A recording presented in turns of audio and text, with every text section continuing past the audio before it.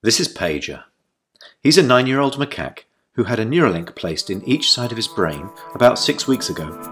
If you look carefully, you can see that the fur on his head hasn't quite fully grown back yet. He's learned to interact with a computer for a tasty banana smoothie delivered through a straw. We can interact with the Neuralinks simply by pairing them to an iPhone, just as you might pair your phone to a Bluetooth speaker. The links record from more than 2,000 electrodes implanted in the regions of Pager's motor cortex that coordinate hand and arm movements. Neurons in this region modulate their activity with intended hand movement. For example, some might become more active when he moves his hand up, and others when he moves it to the right.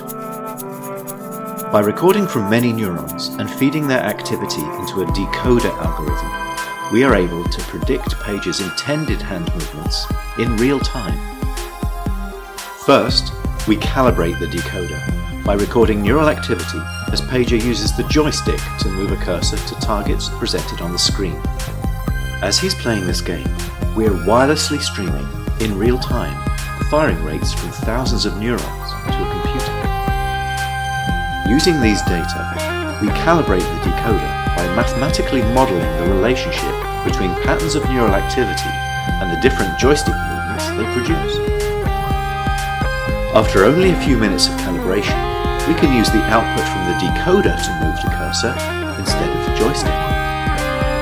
Pager still moves the joystick out of habit, but as you can see, it's unplugged.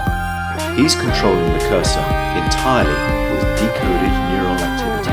One of the things the Neuralinks allow Pager to do is to play his favourite video game, Pong. To control his paddle on the right side of the screen, Pager simply thinks about moving his hand up or down. We've removed the joystick altogether. Now that he's up to speed, let's increase the difficulty and see how well Pager can play with the Neuralink.